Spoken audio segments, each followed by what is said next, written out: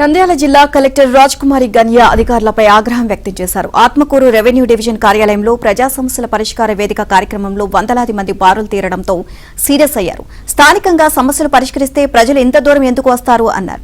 అదేవిధంగా బాలికల గురుకుల పాఠశాలలో పురుష టీచర్లను ఎందుకు వేస్తున్నారు అంటూ ఆగ్రహాన్ని వ్యక్తం చేశారు. ఈ విషయంపై కఠిన చర్యలు తీసుకుంటామని హెచ్చరించారు. తమకు వచ్చిన ఫిర్యాదులను ఆన్లైన్ చేశామని, ఇక సమస్యలను వెంటనే పరిష్కరిస్తామని ప్రజలకు హామీ ఇచ్చారు.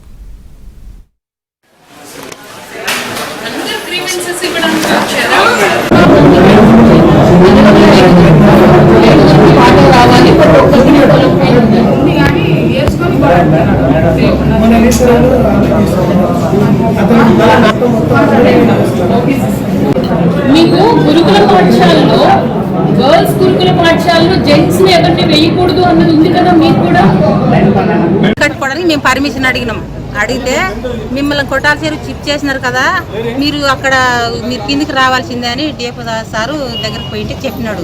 దీనిపైన మేడం చెప్తున్నాము, మేము మీదే ఇక్కడికి రాము, మేము అక్కడనే ఉంటాము అని చెప్పేసి మేము అడిగినాం. మేడం అడిగినాం. అడిగితే మేడం ఏం చెప్పిందంటే, అలాంటిది ఏమన్నా ఉంటే నేను కూడా వస్తా, అడిగి పీఐటీ అడిగితేనే నేను వచ్చి మాట్లాడతా అని అని ఆ మాట చెప్పిందా మేడం. ఇంటికి దిగిస్తే 15 లక్షలు డబ్బులు ఇస్తామన్నారు సార్ ఫారెస్టులు. అంటే 15 లక్షలు 15 రోజులే మాకు. ఇంతకు ముందు ఇబ్బంది పడినాం సార్. మేమైతే కిందికి దిగాము. ఆ 15 లక్షలు 15 రోజులు మాకు, మేమైతే కిందికి దిగాము అని చెప్పినాం.